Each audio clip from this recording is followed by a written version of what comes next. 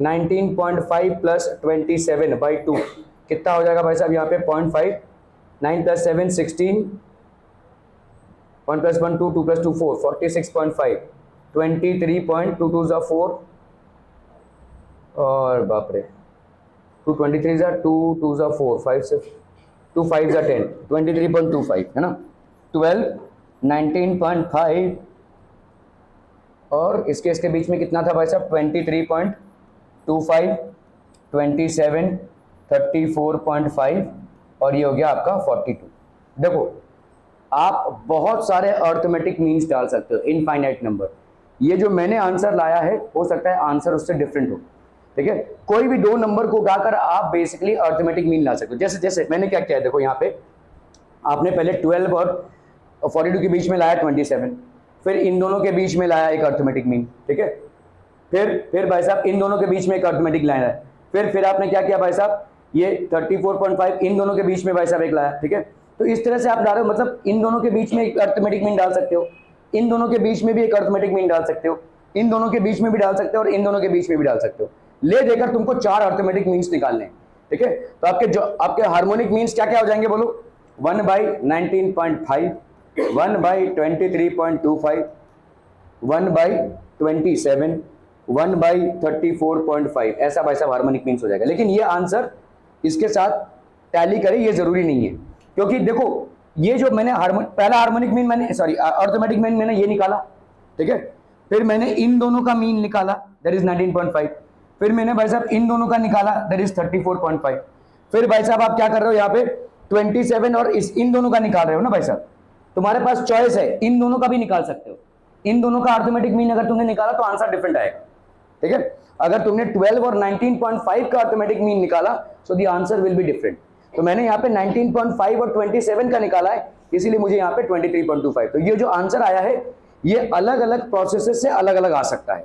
मतलब तुमने अगर इन दोनों का निकाल लिया तो तुम्हारा अर्थमेटिक मीन अलग आ जाएगा, क्योंकि मैंने इन दोनों का निकाला है इसलिए 23.25 मिला है, ठीक है। 27 और 34.5 के बीच में भाई साहब ये वाला आ गया 34.5, ये हो गया 42। तो इस तरह से हमारा भाई साहब ये 27 और 42 के बीच में आया है, ठीक है। सो 4 अर्थमेटिक मीन्स का कार्यक्रम है ये। तो आपका भाई साहब अर्थमेटिक मीन में अगर हम एपी मान ले इसको, तो ए हो गया आपका 12 और आपका a + 5d 42, ऐसा भी मान सकते हैं कि नहीं, ठीक है। इस तरह से भी मान सकते हैं। देखो अगर मैंने एपी माना यहाँ पे 12 और ये 42, तुमको 4 अर्थमेटिक मीन डालने हैं इसमें, तो तुम इसको क्या मानोगे, 5वां टर्म भी मान सकते हो, ऐसे भी मान सकते हो ना भाई साहब।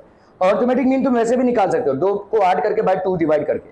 तो तुम्हारा अगर ये समझ लो a है तो a + 5th टर्म 4, हाँ तो ये आपका 5th टर्म हुआ। तो 5d की वैल्यू कितनी हो जाएगी भाई साहब 42, a की वैल्यू कितनी है भाई साहब 12, तो 12 + 5d की वैल्यू कितनी हो गई भाई साहब 42। 5d की वैल्यू कितनी हो जाएगी 42 - 12, that is how much 30।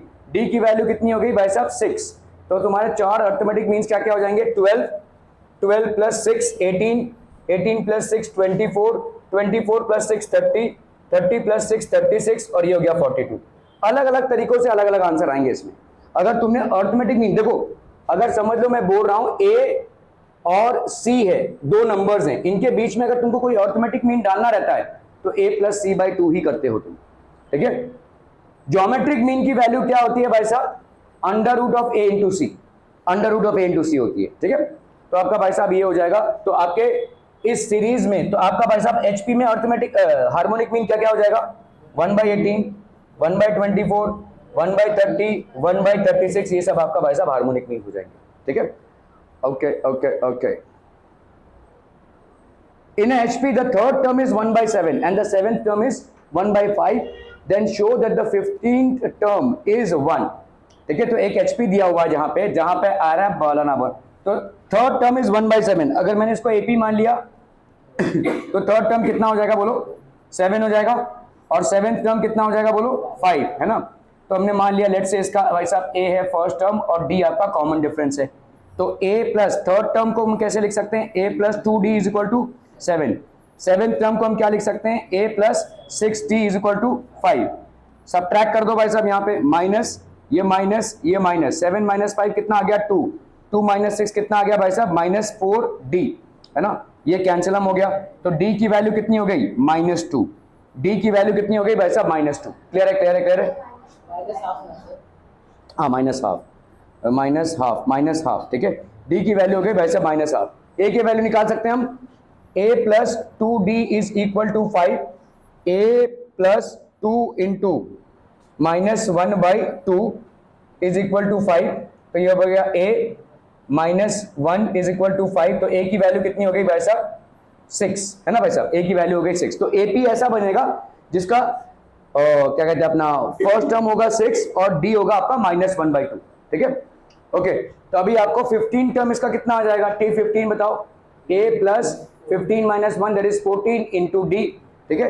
a की वैल्यू कितनी है भाई साहब यहाँ पे 6 प्लस 14 इंटू -हाफ, 2 7 = 14। तो ये हो गया आपका 6 - 7 दैट इज -1। तो T15 की वैल्यू कितनी आ गई भाई साहब -1 एज पर दी AP। तो HP के हिसाब से क्या आ जाएगा -1, सेम ना भाई साहब, -1/1। तो ये HP के हिसाब से भी आपका कितना आ जाएगा -1। 15 टर्म भाई साहब इसका -1 हो जाएगा। क्लियर है, क्लियर है, क्लियर है?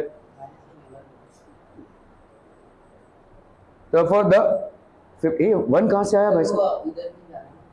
हाँ a प्लस 14d -हाफ आया ना, 2 7 हाँ 8 - 7 1 आ गया। ओके, 15 टर्म इज 1, हाँ HP इज 1 आ जाएगा, ठीक है। Okay, relation between AM GM and HM, ठीक है। अर्थमेटिक मीन AM क्या होता है भाई साहब? इतना सोर्स खराब क्यों हो रहा है, उधर की सब छूट गए क्या? ओके ठीक है, जान लीजिए, कल ही करेंगे इसको।